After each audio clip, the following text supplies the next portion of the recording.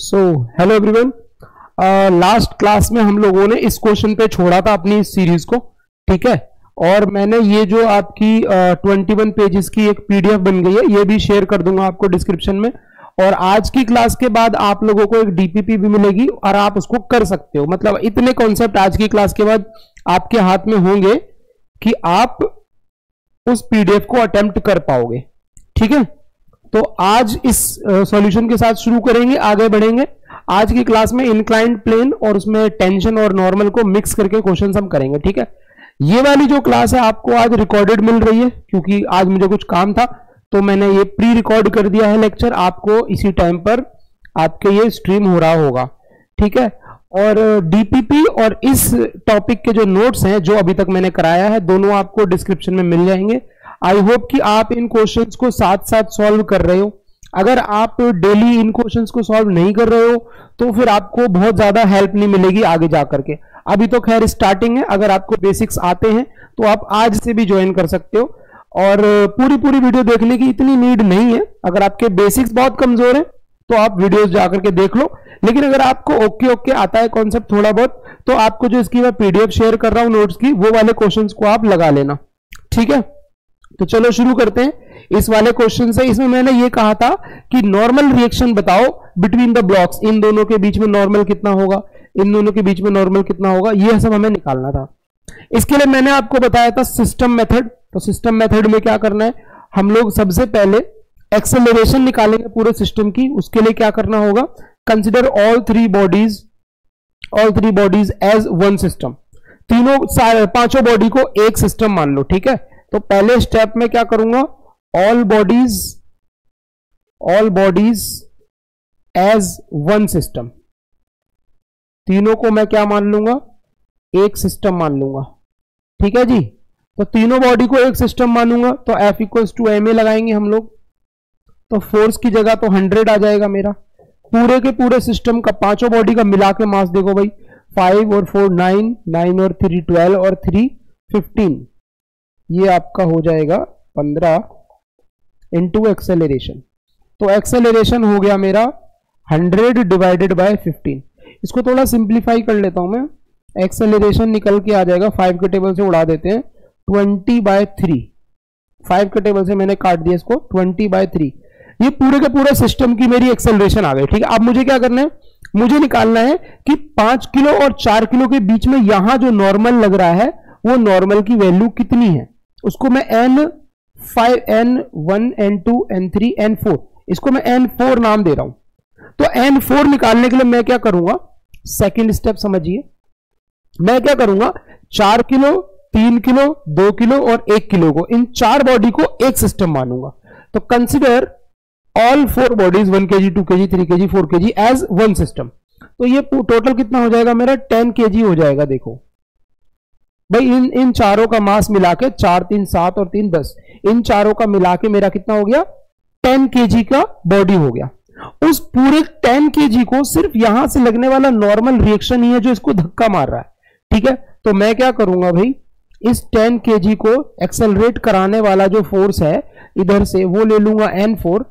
रोकने वाला कोई फोर्स होगा नहीं, ध्यान से आप देखो, इधर से तो कोई फोर्स लग नहीं रहा है, सिर्फ एक ही फोर्स लग रहा है, N4, है ना। तो मैं क्या करूंगा, F इक्वल्स टू ma लगाऊंगा। तो F की जगह मेरा आ जाएगा N4, mass of the system है 10 और एक्सेलरेशन हमें ऑलरेडी पता है, एक्सेलरेशन है 20/3। इसको मैं यहां पुट कर देता हूं, 20/3। I will get my value of N4। N4 आ जाएगा मेरा 200/3। तो इतना बड़ा प्रॉब्लम जो है सिस्टम मेथड लगा के हमारा बहुत जल्दी हो गया, तो थोड़ा इजी पड़ जाता है इसको समझने से। अच्छा, अब मुझे निकालना है 4 kg और 3 kg ब्लॉक के बीच में नॉर्मल कितना है। तो यहां जो नॉर्मल लग रहा है उस नॉर्मल को मैं मानता हूं N3। क्या मानता हूं, N3 मानता हूं। अच्छा, यहां पर N3 4 किलो वाली बॉडी आगे धकेल रही है इसको, 3 किलो वाली जो बॉडी है वो इसको पीछे धकेल रही होगी। तो इनके आपस में जो नॉर्मल लग रहा है वो मुझे निकालना है। तो अब की बार हम लोग क्या करेंगे, 3 kg, 2 kg एंड 1 kg, इनको एक सिस्टम मान लेंगे। तो यहां पे मैं क्या लिखूंगा, consider 3 kg, 2 kg and 1 kg as one system. तो जब आपने इसको एक सिस्टम माना तो इसका टोटल मास कितना हो गया भाई, 6 किलोग्राम। इसको चलाने वाला जो फोर्स है वो मेरा हुआ N3, रोकने वाला कोई है नहीं, तो N3 is equals to mass into acceleration. तो N3 निकल के आ जाएगा भाई 6 इंटू 20/3, तो this would be how much, 3 से इसको उड़ा दो, 2 टाइम्स 40 आ जाएगा। तो N3 की वैल्यू आपकी आ गई 40 न्यूटन। देखो भाई, अगर कोई प्रॉब्लम है तो आप पूछ सकते हो। आगे मैं बात करता हूं, मुझे मान लो यहां का नॉर्मल निकालना है, तो उस सिनेरियो में क्या करना होगा, इसको मैं रब कर दूं, शिट ज्यादा ही बड़ी इरेजर है।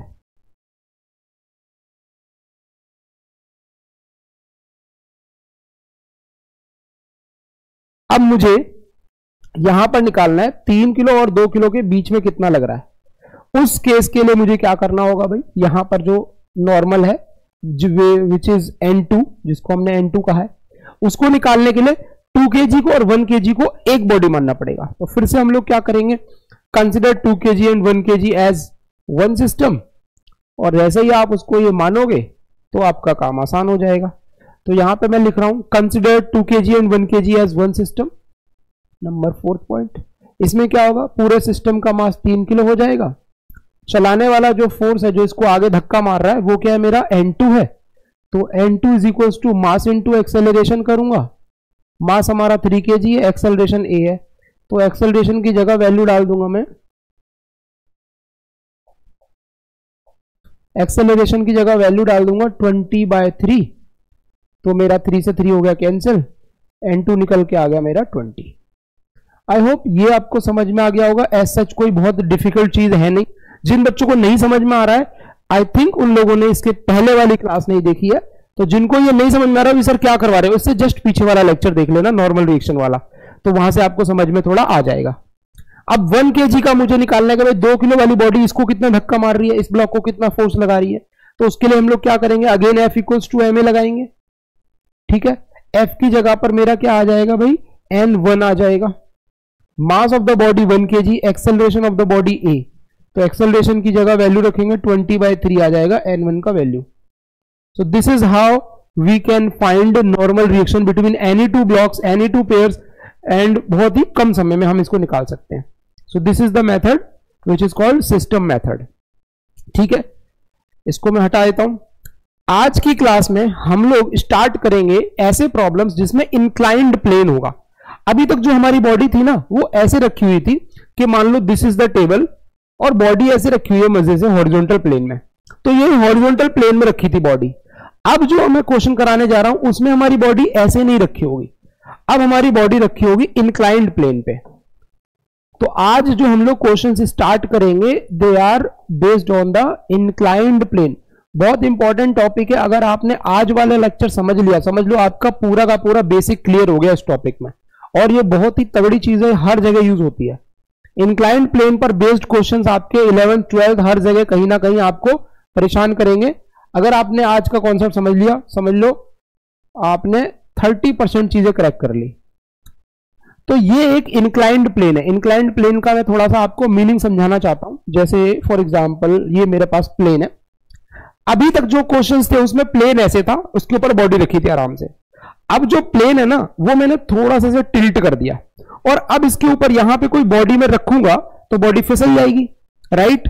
लेकिन जो इसकी फिसलने की एक्सेलरेशन होगी वो ग्रेविटी के बराबर नहीं होगी, कुछ कम होगी। क्यों? क्योंकि यहां पर ये जो सरफेस है ना ये भी नॉर्मल रिएक्शन लगा रहा है, तो वो कैसे इन्वॉल्व हो रहा है नॉर्मल रिएक्शन, उसको थोड़ा सा हमें रिलेट करना है। तो अगर मैं यहां पर एक एग्जांपल दूं तुम्हें कि भाई मेरे पास यहां एक ब्लॉक रखा है और लेट से ब्लॉक का जो मास है वो m किलोग्राम का है, और मुझे ये जानना है कि इस बॉडी के जो फोर्सेस लग रहे हैं वो कैसे कैसे लग रहे हैं, नॉर्मल रिएक्शन किस दिशा में लग रहा है, ये सब मुझे कैलकुलेट करना है। तो मैं क्या करूंगा भाई, यहां जो वर्टिकली हमारा वेट लग रहा होगा mg, उसको मार्क करूंगा सबसे पहले। एक मिनट रुकिए जरा, मैं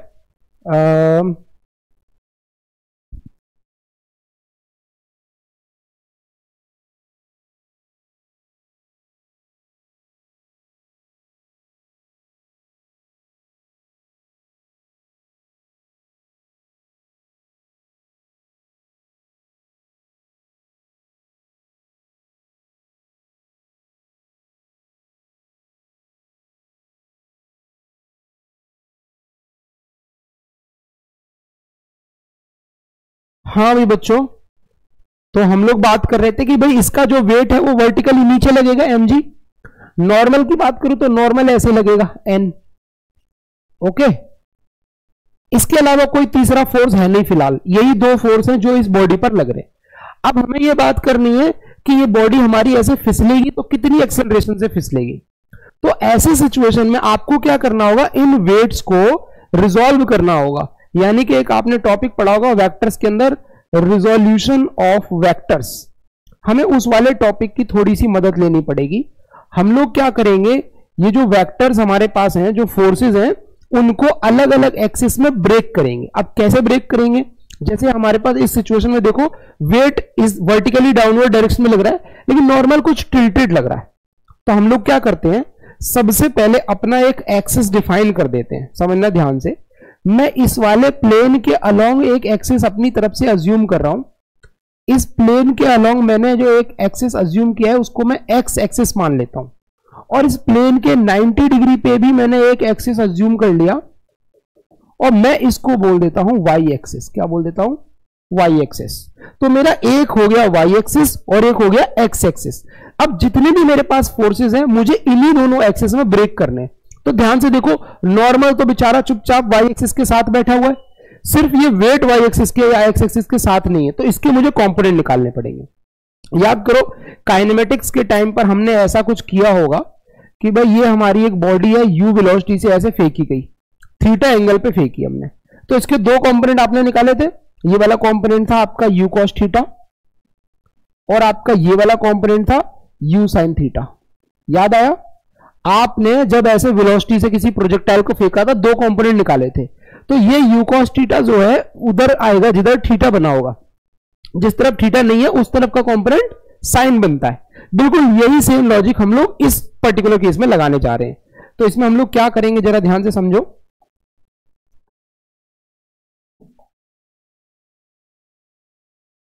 हाँ, अब हम लोग क्या करने जा रहे हैं, ये जो एंगल है ना थीटा, देखो ये वाला, ये एंगल थीटा देखो यहां पर ध्यान से, ये वाला एंगल बनेगा 90 माइनस थीटा।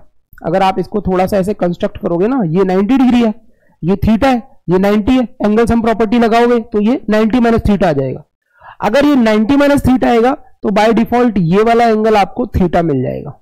भाई देखो दो चीजें ऐसे, ये 90 डिग्री पे है ना लाइन, अगर ये वाला एंगल थीटा है तो बगल वाला तो 90 माइनस थीटा होगा ही ना, तो इजीली आपको ये पता चल जाएगा। अच्छा,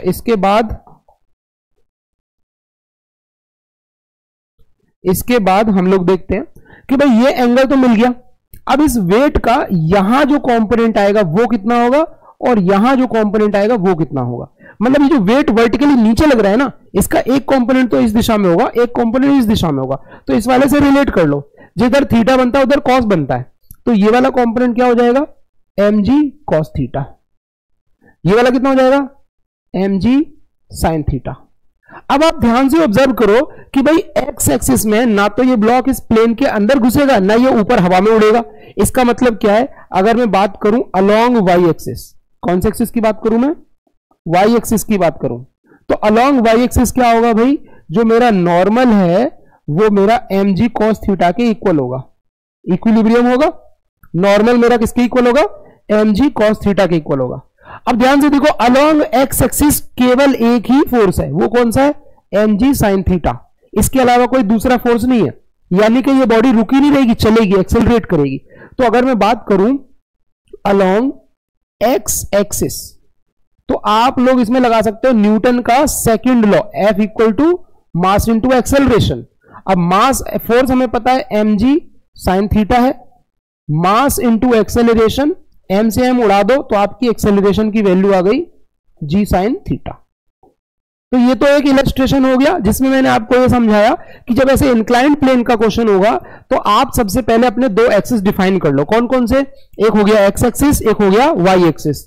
एक आप ले लेना along the plane of the inclined surface, एक लेना उसके परपेंडिकुलर, ठीक है।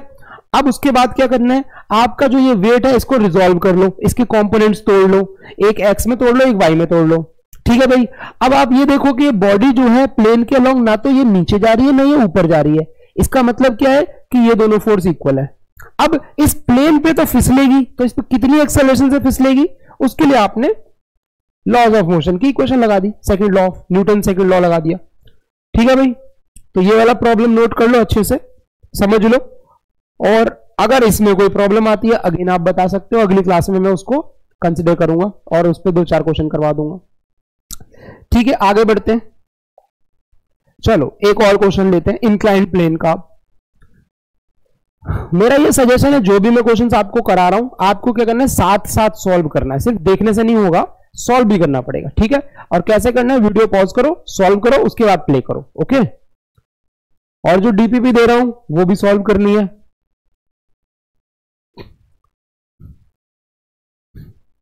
बहुत इजी इजी क्वेश्चन दे रहा हूं अभी मैं शुरुआत में, शुरू की 5-6 क्लासेस में बहुत इजी क्वेश्चन आपको मिलेंगे। ये वाला एंगल है 37 डिग्री, यहां मैंने एक रस्सी से इस ब्लॉक को बांध दिया। अब बांध दिया तो ब्लॉक फिसलेगा नहीं, ब्लॉक अपनी जगह पर रहेगा, है ना, कहीं ना नीचे जाएगा ना ऊपर जाएगा। मैं आपसे पूछना चाह रहा हूं टेंशन इन द स्ट्रिंग, सबसे पहला क्वेश्चन मेरा ये है, टेंशन इन द स्ट्रिंग कितनी है आपको ये बताना है। दूसरा मेरा आपसे क्वेश्चन ये है, normal from the surface, surface से कितना नॉर्मल हमें मिलेगा। ये दो चीजें आपको कैलकुलेट करके मुझे बतानी है। थोड़ी देर सोचो, 2 मिनट ट्राई करो, दिमाग लगाओ कि भाई क्या हो सकता है। अगर मैं बात करूं इसमें तो इसका जो वेट होगा 50 न्यूटन होगा, ऐसे लग रहा होगा। नॉर्मल जो होगा वो ऐसे लग रहा होगा। बस यही 2 फोर्स है। अभी हमने सीखा था कंपोनेंट मानना होता है, एक्स वाई मान लो, along the plane x axis मान लेंगे, इसके परपेंडिकुलर में वाई एक्सिस मान लेंगे। मानने में तो हम लोग एक्सपर्ट है, मान लिया। इसके बाद क्या करना है, हमें अपने कंपोनेंट्स रिजॉल्व करने हैं वेट के। अब कंपोनेंट रिजॉल्व करने के लिए ये भी एक लॉजिक याद कर लो कि जो एंगल आपका यहां बनता है ना, वही एंगल आपका यहां बनता है। पिछले क्वेश्चन में करके दिखाया था मैंने 37 डिग्री। अब भाई कंपोनेंट जब निकाल पाओगे जब आपको कॉस और साइन की वैल्यू पता होगी इस एंगल पे, तो वो वैल्यू मैं आपको बता दे रहा हूं, आपको उसको याद करके रख लेना है ना, काम आएगी आपके क्वेश्चंस में। तो यहां आप लिख लो cos 37 जो होता है ना, ये आपका होता है 4/5, और साइन 37 डिग्री जो होता है आपका वो होता है 3/5। इन दोनों के अलावा cos 53 डिग्री पूछा जाएगा या फिर साइन 53 डिग्री पूछा जाएगा। उस सिनेरियो में आपको क्या करना है, जो इनकी वैल्यूज मैंने दी है ना कॉस और साइन की, उल्टी कर दो। यहां पे 3/5 कर दो, यहां पे 4/5 कर दो। इसको ऐसे याद रख लो कि cos 37 पे क्या है ना, cos 0 पे 1 होता है, मतलब बड़ा होता है। जितना कम एंगल होगा cos उतना बड़ा होगा। तो 37 पे cos बड़ा वाला होता है 4/5 और साइन छोटा वाला होता है 3/5। जब 53 पे जाओगे तो इनको पलट देना, वैल्यूज को आ जाएगा। तो cos 53 पे 3/5 होता है और साइन 53 पे 4/5 होता है। आई होप इसमें कुछ कॉम्प्लिकेटेड नहीं है, बहुत सिंपल सी चीज है। अच्छा, इसकी बात करते हैं। तो कंपोनेंट ब्रेक करने में मुझे तो 50 का यहां वाला कंपोनेंट cos होगा, ये वाला कंपोनेंट कितना आ जाएगा, ये 50 cos 37 डिग्री। ये वाला कंपोनेंट कितना आ जाएगा भाई, 50 sin 37 डिग्री।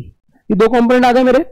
अच्छा, एक यहां पर नॉर्मल होगा, सॉरी टेंशन होगा, रस्सी में टेंशन होगी ना, रस्सी में टेंशन होगी उसको खींचने के लिए। नॉर्मल मैंने यहां पे ऑलरेडी मार्क किया हुआ है, आपको दिख रहा है छोटा सा एन, ये नॉर्मल है। ये along the plane along the axis है, तो इसको ब्रेक करने की जरूरत नहीं है। ठीक है भाई। अब अगर मैं ये कहूं कि ब्लॉक जो है मेरा इक्विलिब्रियम में, ना तो नीचे जा रहा है, ना ऊपर जा रहा है, ना लेफ्ट जा रहा है, ना राइट जा रहा है, इसका मतलब क्या है, फॉर इक्विलिब्रियम, ब्लॉक अगर मेरा इक्विलिब्रियम में है यानी उसके ऊपर लगने वाले नेट फोर्सेस कितने हैं, 0। तो अलोंग एक्स एक्सिस की बात करो वो भी 0 आएगा, अलोंग वाई एक्सिस की बात करोगे वो भी 0 आएगा। अब एक्स एक्सिस का फोर्स 0 कब होगा, जब ये वाला इसके इक्वल होगा, ये वाला इसके इक्वल होगा। तो भाई मेरा जो टेंशन है वो 50 sin 37 डिग्री के इक्वल है। अब sin 37 डिग्री की वैल्यू बताओ कितनी है, देखो sin 37 की वैल्यू देखो कितनी थी, यहां थी 3/5, 3/5। तो मैं यहां पे 3/5 डाल दूंगा भाई, ये मेरा हो गया 10, आंसर आ जाएगा टेंशन की वैल्यू 30। ये आ गया मेरा 30 न्यूटन। टेंशन आ चुका है हमारा। अब दूसरी चीज मुझे निकालने का, यहां पे नॉर्मल रिएक्शन कितना होगा, तो नॉर्मल कैसे निकालेंगे भाई, नॉर्मल इक्वल्स टू नीचे वाला फोर्स 50 cos 37। देखो वाई एक्सिस में 2 ही फोर्स है, एक फोर्स है ऊपर, एक फोर्स है नीचे, तो ऊपर वाला नीचे वाले की इक्वल होगा, बस ये करना है। तो नॉर्मल की वैल्यू कितनी आ गई 50 cos 37, cos 37 कितना है मेरा 4/5, ये इससे कट गया, नॉर्मल कितना आ गया भाई 40 आ गया। कोई दिक्कत इसमें? नॉर्मल हमारा आ गया 40 और टेंशन आ गया हमारा 30। तो बहुत इजी क्वेश्चन था, धीरे धीरे बढ़ाते हैं क्वेश्चन का लेवल। इसमें हमने इक्विलिब्रियम कंसीडर किया, मतलब ब्लॉक मेरा लटका हुआ है, ना नीचे जा रहा है ना ऊपर जा रहा है। ठीक है, अब हम चलाएंगे अपने ब्लॉक को। अब ब्लॉक चलेगा तब देखते हैं क्या होता है। एक और क्वेश्चन ले रहे हैं, इस क्वेश्चन में हम लोग अपने ब्लॉक को चलाएंगे। तो मान लेते हैं ये मेरा इंक्लाइंड प्लेन है,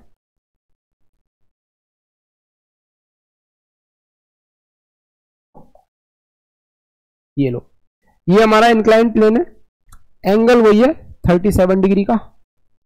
यहां पर हमारा वो पहिया बना हुआ है जिसको हम लोग क्या बोलते हैं पुल्ली। यहां से मैंने एक ब्लॉक को लटका दिया, लेट से ब्लॉक का मेरा मास है 5 किलोग्राम, और यहां दूसरी तरफ एक और ब्लॉक लटका दिया, इसका जो मेरा मास है लेट से 2 किलोग्राम। मैं जानना चाहता हूं ये जो सिस्टम आपको दिख रहा है इनमें एक्सेलरेशन ऑफ ब्लॉक कितना है। एक्सेलरेशन ऑफ ब्लॉक्स, दोनों ब्लॉक्स की एक्सेलरेशन कितनी है। दूसरा मैं आपसे जानना चाहता हूं tension in the string, tension in string कितना है। दो चीजें आपको मुझे बतानी है, रस्सी में टेंशन कितनी है और जो दोनों ब्लॉक दिख रहे हैं उनकी एक्सेलरेशन कितनी है। ऑब्वियसली मैं आपसे एक्सेलरेशन पूछ रहा हूं, इसका मतलब क्या है, एक्सेलरेशन दोनों ब्लॉक्स में सेम होगी क्योंकि कनेक्टेड है और एक्सेलरेट कर रहा होगा, है ना। अगर एक्सेलरेट नहीं करता तो इन जनरल हम पूछते ही नहीं है, लेकिन कभी कभी स्कैम भी कर देते हैं, भाई कर भी ना रहा हो एक्सेलरेशन और हम आपसे पूछ भी लें, ऐसा भी होता है। तो कैसे करेंगे इस क्वेश्चन में, अगेन जैसे अभी तक हम करते आए, सारे के सारे फोर्सेज जो इन ब्लॉक्स पे लग रहे हैं सारे ड्रॉ कर दो। कैसे ड्रॉ करेंगे भाई, देखो इसका नीचे की तरफ जो फोर्स होगा वो कितना होगा मेरा 50 न्यूटन। ठीक है भाई, नॉर्मल ऐसे रहेगा।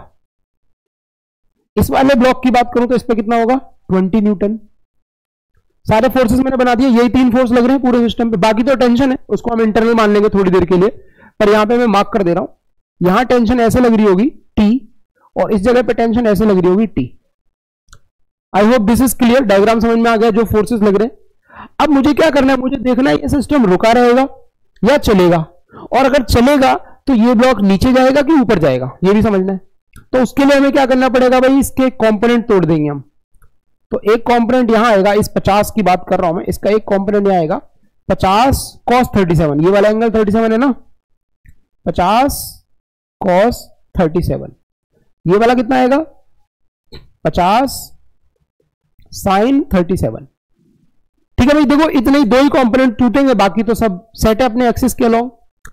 अगर मैं इसको दोबारा से यहां रीड्रॉ करूं सिस्टम को और इनके फोर्सेस को बनाने की कोशिश करूं तो आप देख पाएंगे डिफरेंस। ये जो ब्लॉक है इस पर 20 न्यूटन नीचे लग रहा है, यहां पर जो फोर्स लग रहा है ना इसकी वैल्यू मैं सॉल्व करके लिख रहा हूं 50 sin 37 की वैल्यू। sin 37 होता है 3/5 और 50 के साथ मल्टीप्लाई करोगे तो 30 बन जाएगा। तो यहां अलोंग द इंक्लाइंड प्लेन जो फोर्स लग रहा है वो कितना लग रहा है 30 न्यूटन का फोर्स लग रहा है। ठीक है, और यहां पे जो फोर्स लग रहा है वो कितना लग रहा है, नॉर्मल लग रहा है। क्लास चल रही है,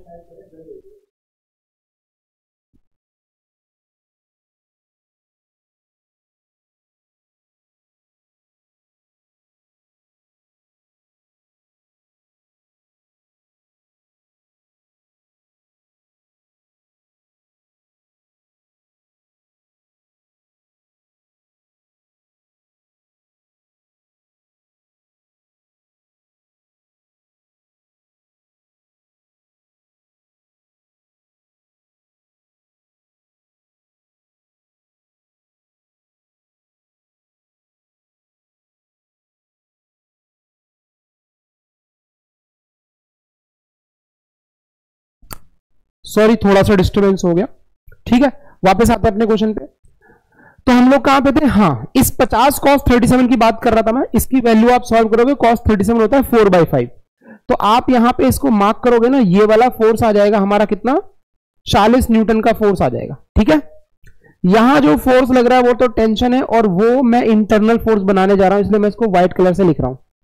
अब आप ध्यान से देखो, अगर मैं दोनों ब्लॉक को एक सिस्टम मान लूं, एक सिस्टम दोनों ब्लॉक को मिला करके, तो आप अगर दोनों को कंसिडर करोगे एक सिस्टम, तो आप देखोगे इस पूरे सिस्टम में एक तरफ तो 30 न्यूटन लग रहा है और दूसरी तरफ लग रहा है 20 न्यूटन, तो दोनों फोर्स अलग अलग हैं, ये तो श्योर है बॉडी चलेगी।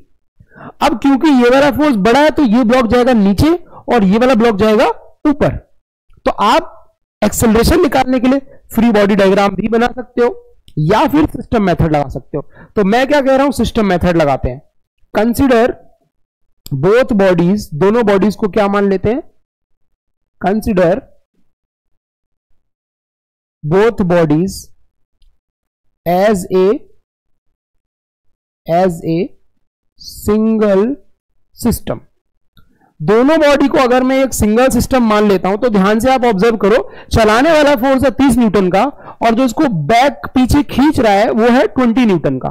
तो चलाने वाले फोर्स में से रोकने वाले फोर्स को क्या करेंगे, माइनस करेंगे, इज इक्वल्स टू आ जाएगा mass of the body, total mass दोनों का मिला के कितना है 5 किलो 2 किलो यानी कि 7 किलो इंटू एक्सेलरेशन। तो 10 is equals to 7a, so you will get a will be 10/7। हमारा एक्सेलरेशन आ गया बहुत जल्दी। अगर मेरे पास एक्सेलरेशन ऑफ बोथ बॉडीज आ चुका है, आफ्टर दैट मैं क्या कर सकता हूं भाई, मैं यहां पे किसी भी एक का फ्री बॉडी डायग्राम बना के टेंशन निकाल लूंगा। तो फ्री बॉडी डायग्राम बना के मैं बताता हूं कि कैसे हम लोग निकालेंगे टेंशन। देखो किसका मैं फ्री बॉडी डायग्राम बनाऊं, मेरे ख्याल से जो इजी पड़ेगा हम लोगों को वो पड़ेगा इस टी वाले का, 2 kg वाले का। तो एफबीडी बना रहा हूं मैं हमारे 2 किलोग्राम के ब्लॉक का। आंसर आप किसी भी ब्लॉक से निकाल सकते हो, चाहे आप 2 kg को सॉल्व करो चाहे आप 5 kg को सॉल्व करो, आंसर आपका सेम आएगा। तो मैं देखता हूं इस पे ऊपर की तरफ जो फोर्स लग रहा है वो मेरा टी है, नीचे की तरफ जो लग रहा है वो मेरा 20 है। तो मैं क्या करूंगा भाई, चलाने वाला फोर्स टेंशन है क्योंकि ब्लॉक ऊपर जा रहा है तो ऊपर टेंशन है, और रोकने वाला वो है 20। तो क्या करोगे आप, चलाने वाला फोर्स माइनस रोकने वाला force is equal to mass into acceleration. Fine, तो t minus 20 is equal to 2 into acceleration कितना है देखो 10/7, ये वाला 10/7 है ना एक्सेलरेशन, इसको मैं पुट करूंगा 10/7। तो t is equal to 20/7 plus 20, you will get LCM ले लो, 7 2 जा 14, तो 140 और 20 160/7। ये मैंने एलसीएम लेकर ऐड किया है। कुछ बच्चे ऐसे भी है जिनको एलसीएम लेने में भी प्रॉब्लम है, तो उनके लिए तो खैर अभी फिलहाल कोई सॉल्यूशन नहीं है। अपना देख लो प्रीवियस ईयर की क्लासेस की बुक्स निकालो, देख लो एलसीएम कैसे देखते हैं, वहां पर नीचे 1 डिनोमिनेटर मान के कर लेते हैं। ठीक है, एक बार देख लो अच्छे से क्वेश्चन, अगर नहीं समझ में आया any problem you can ask me in the chat comments. अगली क्लास में मैं उस प्रॉब्लम को डिस्कस कर लूंगा, उससे रिलेटेड कुछ क्वेश्चन ले लूंगा। ठीक है भाई, आगे बढ़ते हैं। कितना समय बचा है अपने पास, ओके काफी टाइम है। ये मैं आपको एक एज ए असाइनमेंट आपको एक क्वेश्चन दे रहा हूं। ठीक है, इंक्लाइंड प्लेन मैंने जो कराया कंसेप्ट बेसिकली इतना ही है, बट हाँ इसमें हम बॉडीज ऐड करते जाएंगे तो थोड़ा कॉम्प्लिकेट होता जाएगा क्वेश्चन। अभी मैं आपको एक बेसिक क्वेश्चन होमवर्क के तौर पर दे रहा हूं। ठीक है, आज की क्लास इस क्वेश्चन के बाद मैं ऐड कर रहा हूं, ये हमारा लास्ट क्वेश्चन होगा आज के लेक्चर का। ठीक है, अगली क्लास में हम लोग और ऐड करेंगे सवालों को। डीपीपी भी आपको कमेंट्स में सॉरी डिस्क्रिप्शन में मिल जाएगी, उसको आप सॉल्व कर लेना, जितना ज्यादा हो सके क्वेश्चन प्रैक्टिस करो। ठीक है, एक मैं आपको क्वेश्चन दे रहा हूं एज ए होमवर्क, आप सब ध्यान से समझने जरा इस सवाल को क्या है। इजी क्वेश्चन है, कोई मुश्किल नहीं है, डायग्राम देखकर घबराना नहीं है। ठीक है भाई, ये मेरे पास एक ब्लॉक है, सॉरी पुल्ली है, वो तो हमारा पहिया है।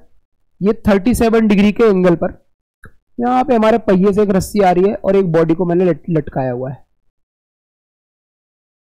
बॉडी का मास लेट से हमारा 5 किलोग्राम है। वैल्यूज में ऐसी ले रहा हूं जिससे आपको ज्यादा तकलीफ ना हो सॉल्व करने में। ठीक है, यहां पर हमारा एक और पहिया है, इस जगह पर बंधा हुआ है। यहां पर एक ब्लॉक है, ब्लॉक का मास है 2 किलोग्राम। वही है क्वेश्चन जो पिछला क्वेश्चन था, बस पिछले क्वेश्चन में क्या था, ब्लॉक लटका रखा था, इस बार मैंने जमीन पर रख दिया। ये जमीन है, ये ग्राउंड है। ठीक है, आपसे मुझे फाइंड करवाना है एक्सेलरेशन ऑफ द सिस्टम, यानी कि एक्सेलरेशन ऑफ ब्लॉक्स। दूसरा मुझे आपसे ये फाइंड करवाना है कि रस्सी में टेंशन कितनी है। बहुत सिंपल क्वेश्चन है, अगर आप लोग दिमाग लगाएंगे तो बहुत जल्दी कर लोगे। ठीक है, this is the last question for today. अच्छा, जो बच्चे स्कूल के लिए प्रिपेयर कर रहे हैं, केवल उनका टारगेट है कि यार बस 11th क्लास के हमारे क्लास में स्कूल में अच्छे मार्क्स आ जाए, वो लोग apart from these questions and NCERT एक अलग से रेफरेंस बुक भी फॉलो करिए। ठीक है, जिसमें से आप क्वेश्चंस प्रैक्टिस करें। अच्छा, बच्चों के ऊपर डिपेंड करता है कि बच्चा किस कैटेगरी का, उस पर डिपेंड करता है कि कौन सी बुक उसको परस्यू करनी चाहिए। ठीक है, अगर आपके पास टाइम है और आप बहुत वीक हो, बेसिक से चीजें हर चीज समझना चाहते हो, तो आप एसएल अरोरा ले लो। ठीक है, लेकिन अगर आप ओके स्टूडेंट हो, आपका IQ okay, you are above और in mid between average student हो, लेकिन आपके पास टाइम कम है देने के लिए, तो आप एमटीजी की 100% ले लो। ठीक है, स्कूल के लिए बात कर रहा हूं मैं, सिर्फ ये 2 बुक मैंने बताई है सिर्फ स्कूल के लिए। लेकिन अगर आप कंपटीशन की तैयारी कर रहे हो, इन क्वेश्चन से कुछ नहीं होगा, ये तो जस्ट कॉन्सेप्ट बिल्ड करने के लिए आपको रिग्रेसली प्रैक्टिस करना पड़ेगा। उसके लिए मैं आपको बता दूंगा बुक कौन सी क्या फॉलो करनी है। एज सच कोई आइडियल बुक तो नहीं है मार्केट में, लेकिन हाँ किसी ना किसी कोचिंग का आप स्टडी मटेरियल फॉलो कर सकते हो, उसमें सारी चीजें एक ही जगह पर कलेक्टेड आपको मिल जाती है।